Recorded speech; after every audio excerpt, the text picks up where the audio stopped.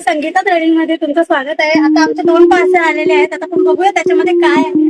तर त्याच्यामध्ये आलेले नेटचे ब्लाऊज पीस आलेले आहेत. तुम्ही बघू शकता हे आम्ही स्वतः हे करून घेतलेले आहेत ब्लाऊज पीस आणि ते तुम्हाला दाखवतो. वेगवेगळ्या पद्धतीचे आलेले आहेत ब्लाऊज पीस.